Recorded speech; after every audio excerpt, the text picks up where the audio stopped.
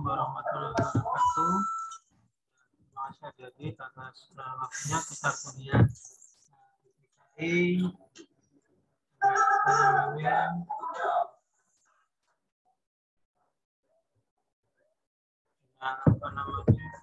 masih terus ya. Nah, di sini saya akan mencoba membahas terkait tugas statikis ya. Pernah saya berikan baik itu berupa manajemen atau yang terakhir kupon ya. Di sini saya akan mencoba membahas terkait yang manajemen terlebih dahulu ya, yang tugas case yang pertama ya. Jadi ini ada yang harus kita perhatikan ya, bahwa suatu manajer di PT Med Enterprise, jadi Anda berperan sebagai manajer di sini harus menghadapi beberapa tantangan yang ada di perusahaan ya. Di mana di satu sisi ya, perusahaan harus mengejar target produksi mencapai 1 juta ton pada tahun ini, jadi naik 40%. Di satu sisi harus menghadapi tuntutan hukum ya terkait keterlambatan pembayaran kepada supplier, karena perusahaan ini perusahaan yang mokong istilahnya ya, jadi terus nunda-nunda, nanti akhirnya hubungan dengan supplier itu kurang bagus. Nah, ini sangat berbahaya ya. Terus dengan keterbatasan waktu, hanya 4 bulan waktu yang dibutuhkan untuk mengejar target produksi dan 2 bulan waktu untuk menghadapi sidang tuntutan supplier. Nah, dibuat langkah-langkah apa saja yang harus manajer tersebut bisa memecahkan dua tantangan tersebut. Ada punya bawaan, ada isi produksi, marketing, HRD, dan legal. Ya, di sini yang jelas adik-adik ya, produksi naik 40% ini bukan perkara mudah ya. Nah, yang pertama Anda harus tahu feedback-nya. Ya, feedback dari produk yang Anda pasarkan ya. Nah, ini Anda butuh feedback ini terkait di divisi marketing ya. Jadi apakah nanti ada pasarnya ya? Bagaimana caranya, produk apa saja yang produk dengan tipe yang seperti apa yang dibutuhkan oleh konsumen. Nah, nanti dari feedback ini Anda bisa mendiskusikan dengan divisi produksi. Kira-kira ya produk yang seperti itu apa bisa dieksekusi atau tidak. Nah, bagaimana caranya? Ini Anda mendetailkan dengan divisi produksi.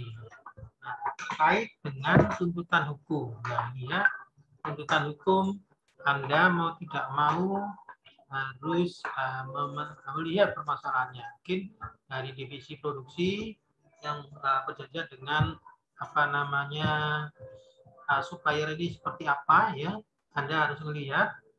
Terus kemudian Anda koordinasikan dengan HRD dan legal. Nah, bagaimana cara mengantisipasi tuntutan hukum tersebut. Nah, itu ya. Jadi itu yang Anda harus pastikan terkait permasalahan di sini ya. Ini saya baca dari kelompok berapa ini ya? Kelompok 7 ya. Kita lihat dulu ya. Jadi untuk divisi HRD menetapkan standar kompetisi dari karyawan. Oke, ini betul ya. Jadi dengan peningkatan 40% ini tidak perkara mudah ya. Apakah kompetensi yang ada sekarang itu sudah bisa untuk meningkat cukup atau tidak ya untuk meningkatkan produk sebesar 40%. Nah, ini ya. Oke. Terus kemudian merencanakan strategi pengembangan dari karyawan agar dapat meningkatkan kualitas SDM. Nah, ini yang oke ya. Untuk mencapai target, karena ini bukan perkara mudah ya, 40%. Terus kemudian memahami kebutuhan perusahaan agar dapat menyesuaikan dengan target yang ditentukan. Nah, ini ya. Nah, oke. Terus organizingnya menyesuaikan timeline antara pengembangan karyawan dengan jadwal kerja. Nah, ini dia berkoordinasi dengan divisi produksi ya.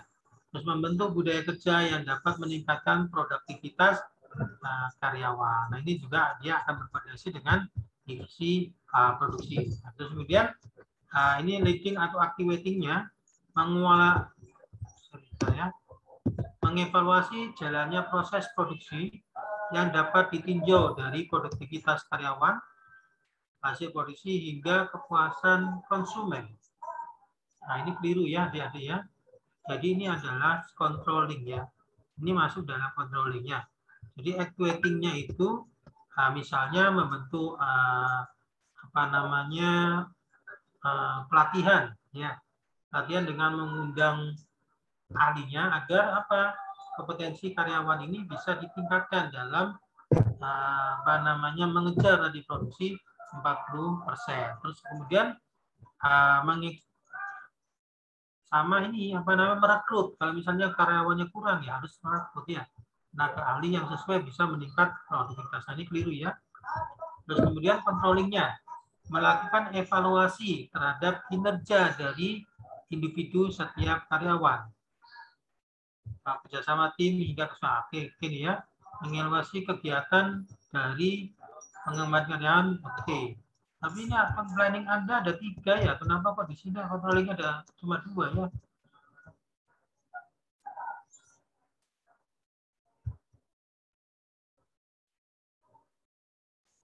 Nah, ini harus ada jabarkan ya, paling enggak ada 3 ya.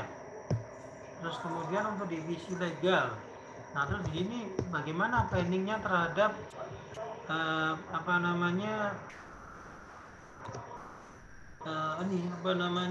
tuntutan dari supplier. Nah, itu Anda harus jabarkan. Ini dia fungsinya apa nanti di sana ya, ini kurang ya.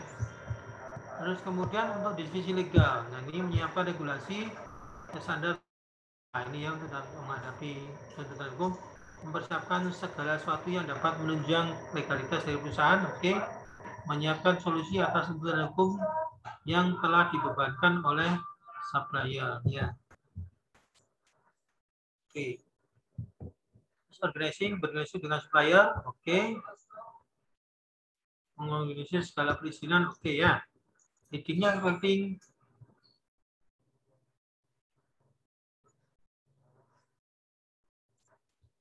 Ini belum terjadi ya. Jadi berarti mestinya berjuang di jalur hukum ya. Bagaimana Anda bisa memenangkan proses hukum tadi ya.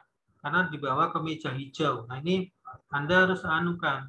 Tapi kalau bisa jangan sampai ke meja hijau. Nah, itu bagaimana caranya? Tadi activating-nya ya dengan mengadakan diskusi-diskusi ini. Nah, ini sebetulnya adanya di activating ya, bukan di organizing. Organizing itu bagaimana mengorder siapa PIC-nya ya.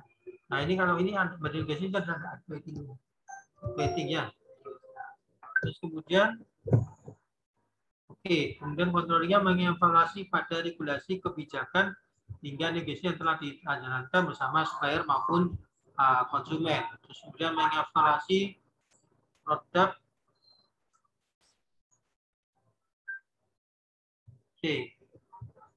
Terus kemudian efektivitas dalam negosiasi dan menempuh jalur hukum itu dimasukkan di dalam controllingnya.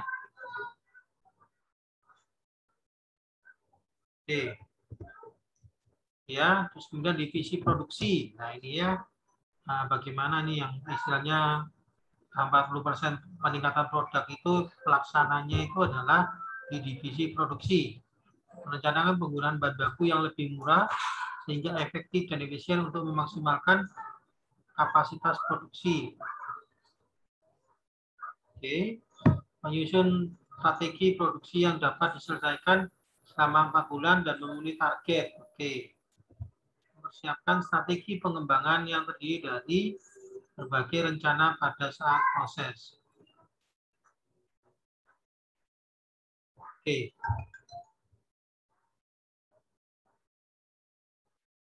Di sini tidak ada bagaimana cara meningkatkan kompetensi ya dari staf supaya dapat mencapai kapasitas produksi tadi ya. Nah, ini ya. Terus organizingnya menentukan kebutuhan produksi secara cepat. sesuai dengan planning yang ditetapkan. Ini adik-adik sekarang ini kelihatannya banyak yang belum mengerti apa beda antara organizing sama activating ya. Organize itu mengorganisasi supaya apa yang akan dilaksanakan itu berjalan lancar. Kalau activating itu apa namanya, bagaimana implementasinya di lapangannya itu seperti apa. Nah itu adalah activating. Nah ini oke, bagian ini oke. Intinya ini ya. Oke.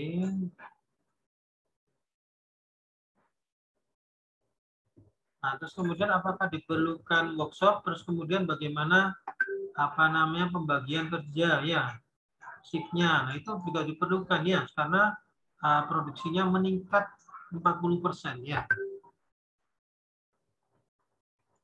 Oke. Ini basic. Oke. Terus organizing-nya. Nah, ini ya, ini sebetulnya activating-nya. Gitu ya.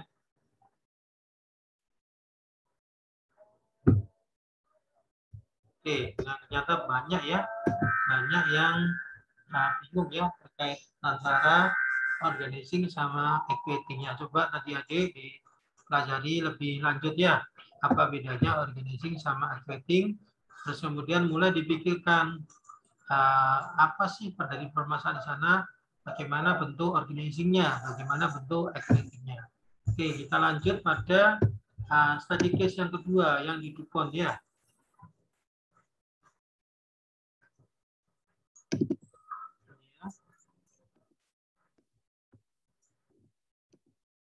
Jadi ini saya ambil yang kelompok 4 ya. Jadi ada kebocoran ya. Ini adalah kebocoran gas kimia pada sebuah pabrik di Houston, Amerika Serikat. Ya. Terus kemudian menewaskan 4 pekerjanya ya. Satu pekerja lainnya harus menjalani perawatan medis. Dan ini sampai 4 karyawannya meninggal. Seperti yang dilansir Reuters ya, insiden ini terjadi ketika para pekerja tengah melakukan perawatan rutin pada pabrik kimia di DuPont. Di DuPont sudah terkenal ya, tapi tetap membuat ada proses sehingga pekerjanya meninggal ya, tidak safety ya. Tiba-tiba gas kimia metil merkaptan mulai bocor ya pada pukul 4 waktu setempat. Namun juru bicara DuPont, Aaron Woods, tidak menjelaskan lebih lanjut kronologi kejadian dan apa pemicu kebocoran tersebut. Nah, ini ya. Kemudian Harris County ya. Harris County Medical Examiner menyatakan 4 pekerja tewas seketika di lokasi kejadian, sedangkan 1 pekerja lainnya yang dilarikan ke rumah sakit karena terpapar gas kimia. Pulang pada hari Minggu. Ini merupakan kehilangan tragis dan sebagainya ya. Nah, metil merkaptan merupakan zat kimia berbahaya dan bisa memicu kematian jika terpapar dalam konsentrasi tinggi. Nah, bahan kimia ini juga bisa meledak. Ini ya.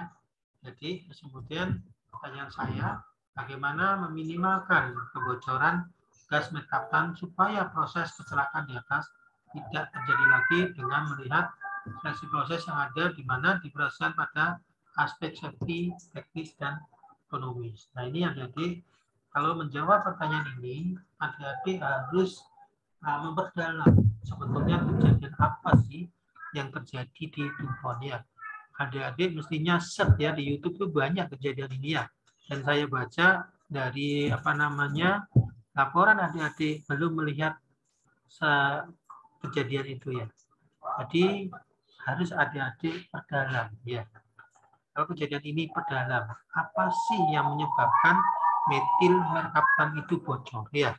Kalau adik-adik membaca laporan di ada banyak di YouTube gitu ya. Dan dari safety-nya Amerika saya lupa itu menjelaskan bahwa ternyata ya itu bocornya itu pada dini hari ya. Dini hari ini jam rawan untuk kecelakaan adik-adik ya. Karena jamnya orang ngantuk ya. Jadi pada kalau nggak salah pada jam 2 sampai jam 3 pagi itu terjadi kebocoran metil merkaptan.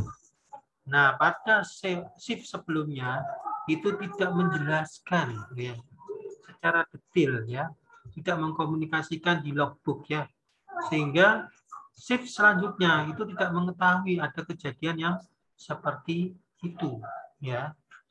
Jadi itu yang membuat yang shift selanjutnya akhirnya menjadi korban dari gas metil merkaptan yang terlepas ke udara.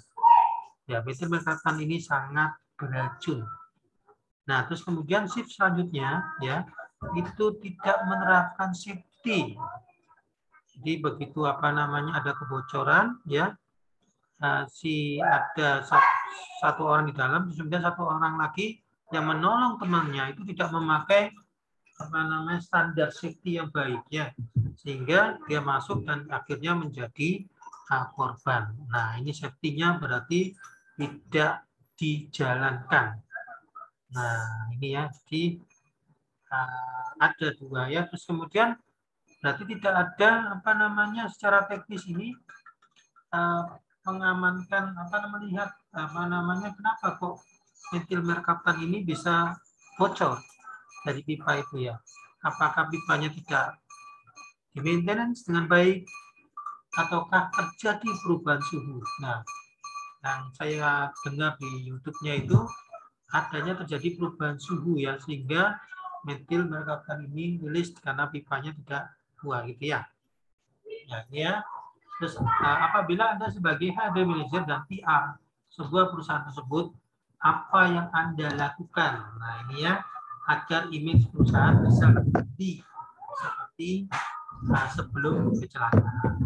Jadi karena tidak mau dampak dari kecelakaan ini, image dari perusahaan DuPont akan jauh berkurang ya. Para stakeholder ya, para konsumen akhirnya mulai menganggap perusahaan ini kurang bagus ya. Jadi bagaimana Anda sebagai seorang HRD manager dan PR ya, agar perusahaan ini bisa kembali seperti sebelum kecelakaan. Jadi nanti PR dari seorang HRD manager ya mau tidak mau ya akan berkoordinasi ada apa namanya badan pemerintah yang menangani kecelakaan ini ya. Nah, misalnya kecelakaan pesawat itu di BNPT ya. Terus kalau kemudian lingkungan ini Kementerian Perlingkungan, nah itu ada harus berkoordinasi. Nah, terus kemudian setiap rekomendasi yang diberikan oleh mereka Anda harus lakukan ya, dan Anda harus harus ada publikasikan bahwa telah melakukan rekomendasi tersebut dan telah bekerja sama dengan badan terkait gitu ya. Itu solusinya. Terus kemudian melakukan pelatihan tentang safety kepada karyawan Anda. Nah, di sini diharapkan image dari perusahaan akan mulai membaik. Ya, kita lihat jawaban dari kelompok 4 ya. Nah, penggantian total seluruh alat yang mengalami kebocoran ya. Nah ini adik-adik harus melihat dulu permasalahannya. Kebocoran dari metil merkaptan ini karena apa? Karena perubahan suhu. Ya, jadi kalau perubahan suhu kan di Amerika kan mendadak ya. Jadi perbedaan antara musim panas, musim dingin, musim gugur dan sebagainya itu suhunya ada drastis, perubahan drastis. Nah itu apakah alat-alat itu memungkinkan terjadinya perubahan suhu tersebut. Nah, itu adik-adik akan lihat ya. Terus perbaikan alat yang mengalami kebocoran. Nah, ini kalau misalnya alat penyebab metil itu karena alatnya yang bocor, itu baru ya. Nah, terus kemudian aspek safety, regulasi K3 kantor, aspek teknis, pelaksana pelatihan, emergency safety, lama pemakaian. Nah, ini ya. Anda melakukan HAP. Nah, ini judgement-nya ya. Judgement-nya adalah harus orang yang expert. Orang yang expert sehingga nanti akan berupa rekomendasi ya. Jadi yang harus Anda perbaiki yang mana ya. Ya, kita lihat di sini ada harus perhatikan konsistensi rasionya ya. Ini nggak muncul konsistensi. Oh, ini konsistensinya 0 ya. Nah ini kayaknya 0 itu sangat ya. Jadi enggak, sebetulnya kalau Anda di judgement ini juga sangat kecil ya, kemungkinan mendapatkan 0 ya. Yang penting kurang dari 10%. Oke, saya rasa ini. Nah, terus kemudian jawaban B. Nah, ini ya. Berarti Anda di arahnya ke arah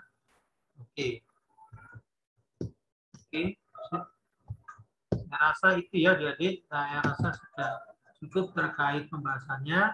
Saya akhiri. Terima kasih atas perhatiannya. Saya ucapkan Assalamualaikum warahmatullahi wabarakatuh. Selamat pagi, adik-adik.